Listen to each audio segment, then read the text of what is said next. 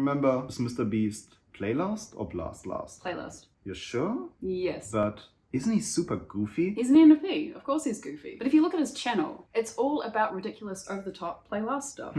Makes sense. But how would we find out? Easy. We look it up on the OPS Airtable. You all know it, you all use it, you all love it. I took a closer look at the data and found some things that might surprise you. Some cliches will be broken, some cliches will remain true. And before someone comments, I know, we all know, it's not data that is representative of the real life population, yada yada yada. Anyway, here are my top 4 most interesting findings. Number 1, self and tribe. I looked at a number of different coins and other aspects like modalities and calculated the percentage of all people in the Airtable, all women in the Airtable, and all men in the Airtable, according to the biological sex listed in the Airtable. I found the first interesting difference between the sexes in the DIDE coin. 58% of all people are self-above tribe.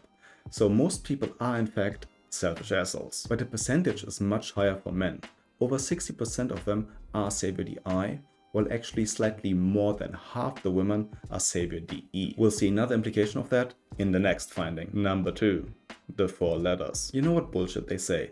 Men are from Mars, women are from Venus, men are these practical thinkers, and women these elegant social creatures. Well, not quite. Slightly more than half the people are thinkers. Same for men, same for women. But compared to women, a higher percentage of men are actually feelers. It gets more interesting when we look at the savior decider functions. It turns out more than half the thinker women are TE, not TI. For men, it's the other way around. Most thinker men are savior TI. With sensory and intuition, we see something similar. If we look at the entire population, it's exactly half and half. If we look at the sexes, it's a different picture. Most women are sensors, while most men are intuitives. So maybe we should start talking about the male intuition. Number 3 on my list are the modalities. You probably know that most people are double feminine or audio.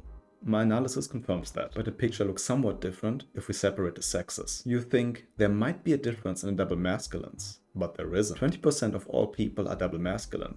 Same for men, same for women. The differences lie in the other 3 modalities. Almost 40% of women are double feminine, while each of the other 3 modalities takes about 20% of the cake. For men, it's more varied.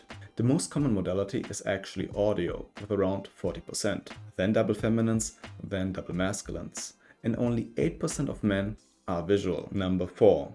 What are the rarest types? Coming from classical MBTI, everyone wants to be an INFJ because, according to someone who can't type objectively, who probably doesn't have any data, they're rare, they're special, they are the true unicorns. The Airtable data reveals that it isn't so. If you compare the MBTI types according to the frequency, you see that INFJs are somewhere in the middle of the pack. The least common type is actually ISFJ.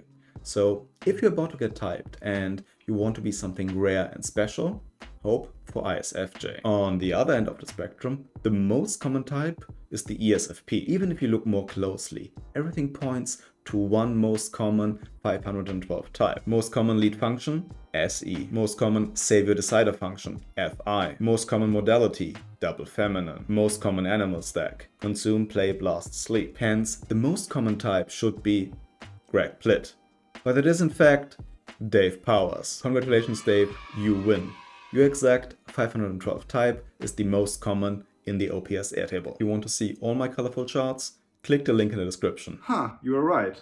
Mr. Beast is play last. Yeah, I know. If you want to see more content like this, subscribe to my channel. Who are you talking to? Click like.